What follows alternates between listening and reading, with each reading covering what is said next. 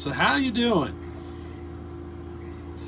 I got my tripod sitting in my truck, so you're just gonna have to deal with me holding the phone today. So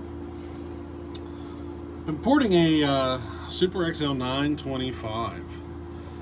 Basically, I ended up in a situation where I was waiting on parts. Kind of got bored sitting around, so I decided to tear into this 925. But we ran into an issue. Basically, a large portion of the footage became unusable or corrupted or something. I can't get it to load up, to edit, or anything. So I'm just going to create this video here to kind of let you know where I'm at. Let me just kind of give you an update here. The Poulan seal, I finally got the email today that that's in the mail. So we will be able to finish that Poulan here very soon, hopefully. Hopefully in a week here we'll have that started. Let me go ahead and show you what I'm doing here to this 925. That should kind of give you an idea where I'm at. I'm going to do a few modifications during the reassembly, but I'm not going to get into that right yet.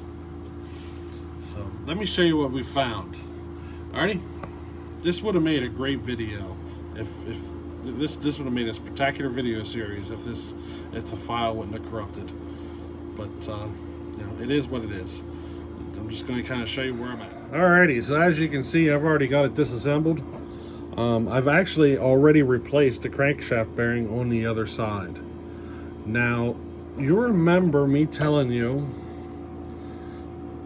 about the bearing in the groove, and I have some that don't have the groove. The one I have in there is one of the bearings that didn't have the groove. And what I did is I just took my Dremel and cut like a notch in the side to where the washer would catch it and hold it in place. It was actually really easy. I just used a cutoff wheel. The cutoff wheel was like the perfect size. And I just ground a little notch in it and it worked perfect. It was real easy. It only took a couple of minutes. You can kind of see. Can you see down in there? But the little washer kind of gets into the let me see if I can zoom it in.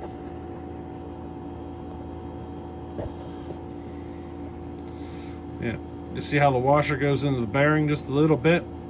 That's what holds her in place. And I just took my cutoff wheel and kind of put a little notch in there to let it grab it. Worked good.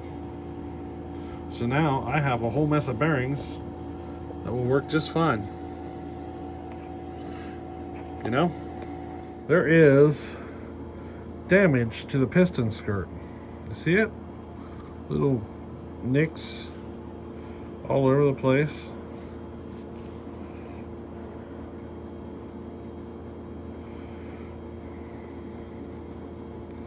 At some point this thing ate something, and I have not been able to find it.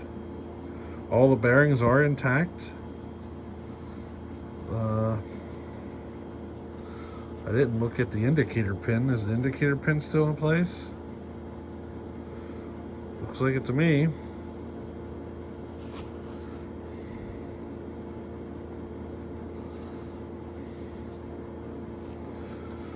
Yeah. So I don't know what went through it. The reeds are intact, but it definitely ate something at some point in its life.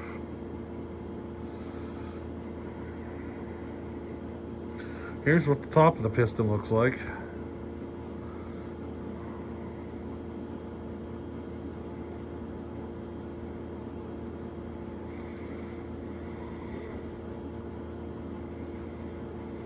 You can see I got into the crankcase a bit and did some grinding.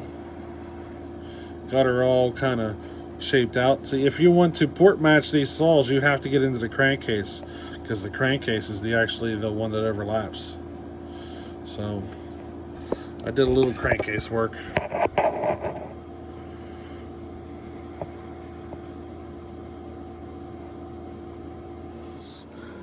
This is our new piston that we're going with. So I am replacing the piston.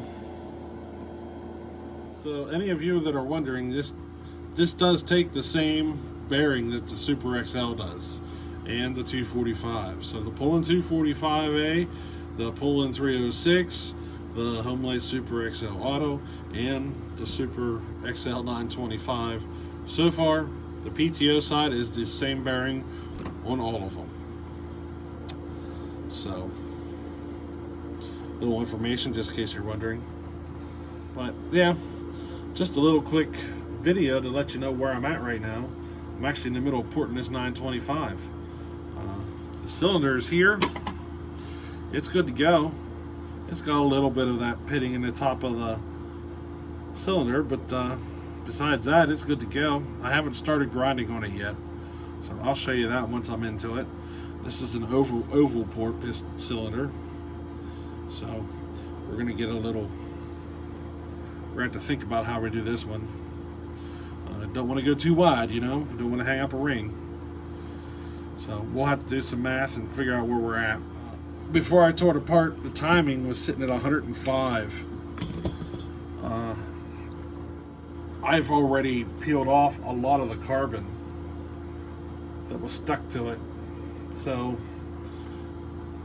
I'm going to have to recheck it, because I got a feeling that squish number just isn't right. I mean, right there where I checked the squish inside of here, there's a big chunk of carbon that, you know, I got to get that out of there in order for my numbers to be accurate, you know. But probably a couple more hours and I'll have this all done. One quick thing here on the Poulan.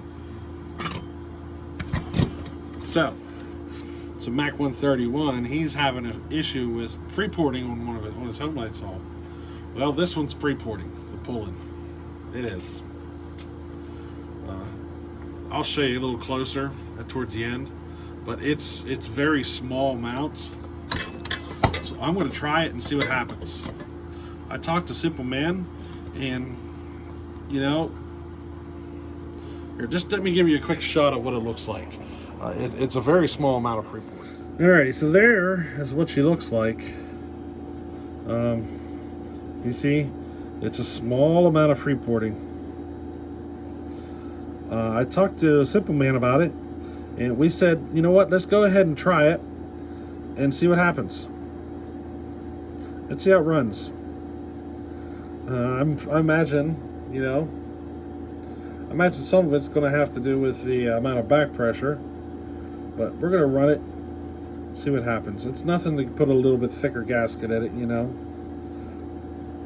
I imagine an extra 5 thousandths will probably take care of that. But yeah, I think I'm going to try it like that. I think it might run. I think it might run just fine. That's a small amount.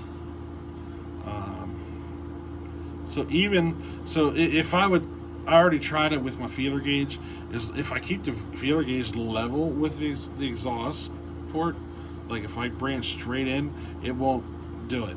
It's only at the beveled edge that you can see the free port. So I have to stick the feeler gauge in at an angle to even get it past that, to get it passed through.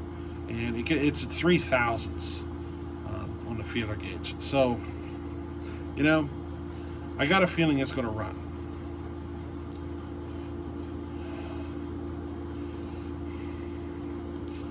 But we're gonna find out. I was trying to push this saw, you know, as far as I possibly could, and I don't think I can get it any further than that, you know.